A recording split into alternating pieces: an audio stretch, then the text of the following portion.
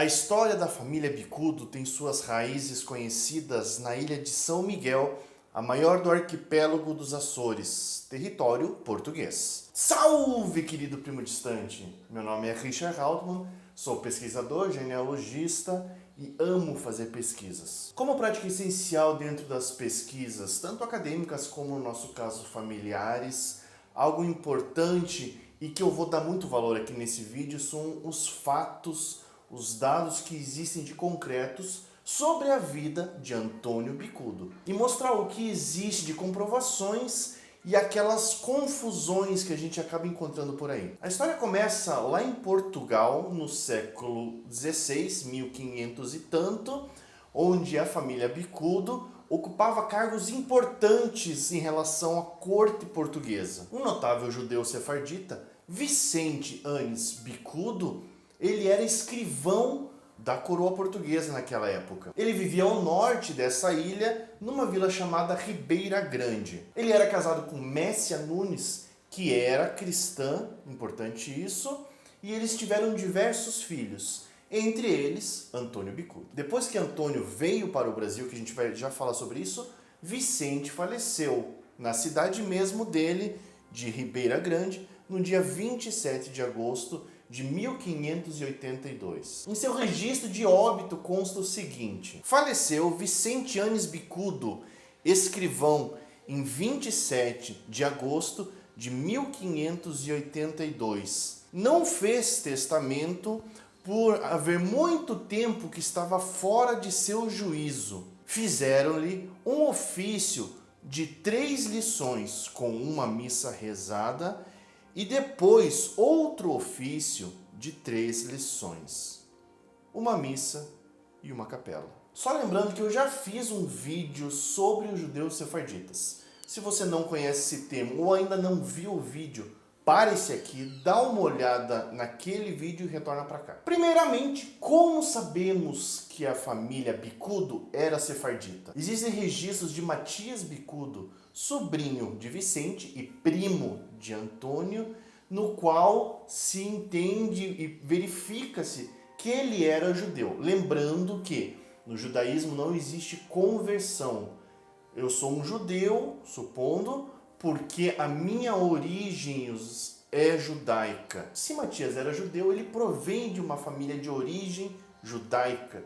Sendo assim, a família Bicudo tem essa origem e Antônio também. Além de Matias, existem relatos de Isaac, que também era judeu, e ele era irmão de Vicente.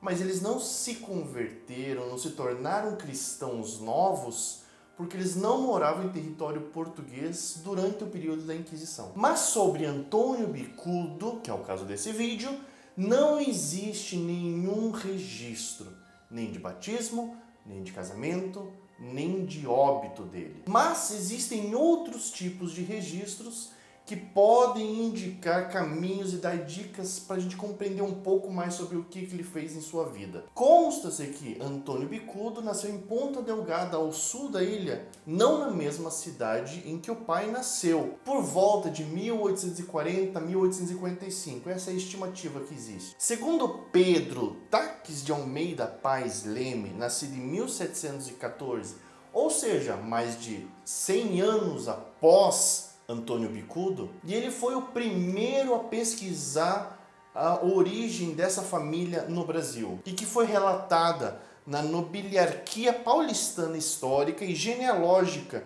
E esse trecho da família Bicudo, ele termina de escrever em 1767. Mas essa nobiliarquia, ele escreve durante boa parte de sua vida, mas somente em 1869 é que ela vai ser publicada pela revista do Instituto Histórico e Geográfico Brasileiro.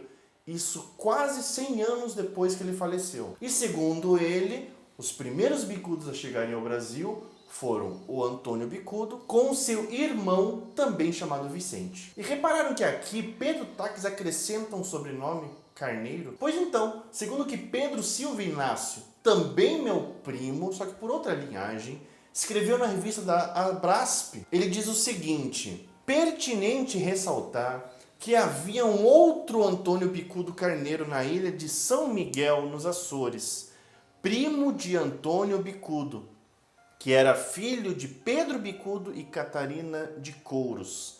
Esse, contudo, claramente remete seu sobrenome Carneiro à sua avó Inês Carneiro. O fato é que não existe nenhum registro durante o período contemporâneo à vida de Antônio Bicudo falando que ele possuía tal sobrenome. Todos os registros que existem dele e mesmo a assinatura dele somente está escrito Antônio Bicudo. Também não há registro do ano em que eles chegaram ao Brasil, mas segundo a estimativa do nascimento das filhas dele, Márcia e Messia, também nome da mãe dele, elas nasceram em torno de 1870. Portanto, dá para ter uma ideia mais ou menos de quando ele chegou ao Brasil. Apesar de existir registro na internet dizendo que ele chegou em 1585, o que não faz o menor sentido. Possivelmente, logo que ele chega ao Brasil, ele casa com Isabel Rodrigues, nascida em torno de 1550,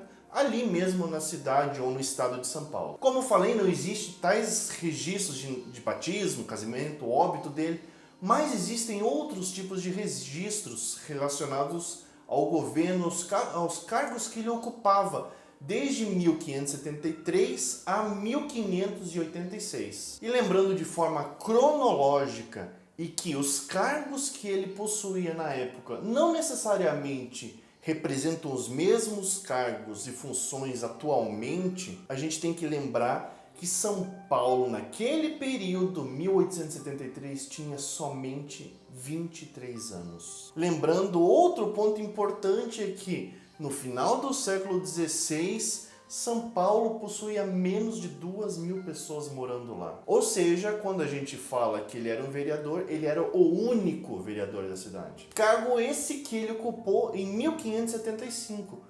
Mesmo ano em que a Câmara Municipal de São Paulo começou a ser construída e que foi terminada no ano seguinte.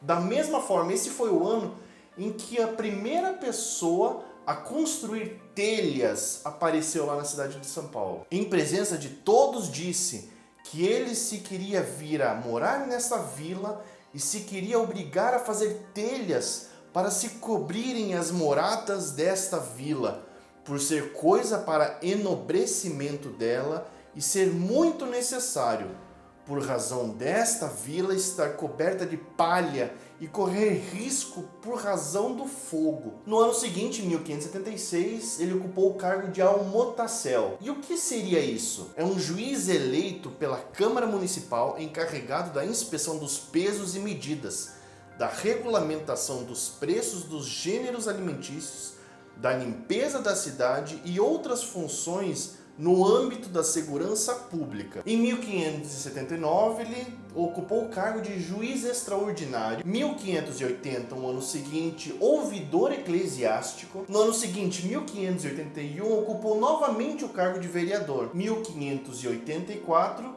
juiz ordinário novamente. Em 1585, ele ocupou o último cargo registrado de ouvidor da capitania. E nesse período ele ordena que seja criado o pelourinho da cidade. Mas os vereadores Gonçalo Fernandes e Jorge Moreira estavam enrolando para fazer isso. E ele ordena, sob pena de multa de R$2.000, que seja construído o pelourinho, porque estava demorando demais. Por ser um local de castigo e pouco apreciado pelas pessoas, ele foi queimado antes mesmo de ser erguido. Após essas datas, existem diversos relatos e histórias contando que ele havia participado de entradas, ou seja, foi entrar em lugares para buscar raptar indígenas para trabalhar lá na cidade. O fato é que essas histórias surgem após a publicação do livro Os Galvãos de França, de Carlos Eugênio Marcondes de Moura, no ano de 1993, quase 300 anos depois. Mas eu também não consegui localizar de onde ele retirou tais informações. O fato é que o último registro que se tem de Antônio Bicudo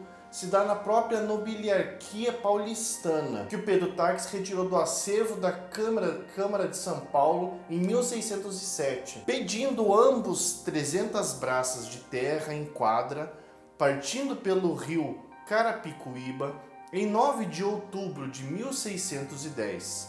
E neste requerimento declaram que havia muitos anos que tinham vindo para esta terra, onde sempre ajudaram com suas pessoas e armas ao bem público, achando-se nas guerras que contra os portugueses da vila atualmente moviam os bárbaros índios gentios que infestavam a terra e que eram casados e tinham filhos. Por fim, como falei, Antônio Bicudo era casado com Isabel Rodrigues e desse casamento tiveram 9 filhos: Messia Nunes Bicudo e Maria Bicudo, Antônio Bicudo e Marta Mendonça Bicudo, Maria Bicudo e Guiomar Bicudo, Domingos Nunes Bicudo, Isabel Rodrigues e Jerônima de Mendonça. Não existe nenhum registro de onde e quando ele faleceu. Muitos descendentes de Antônio Bicudo vivem no Brasil e podem ser rastreados através de uma pesquisa genealógica. Você é um descendente de Antônio Bicudo?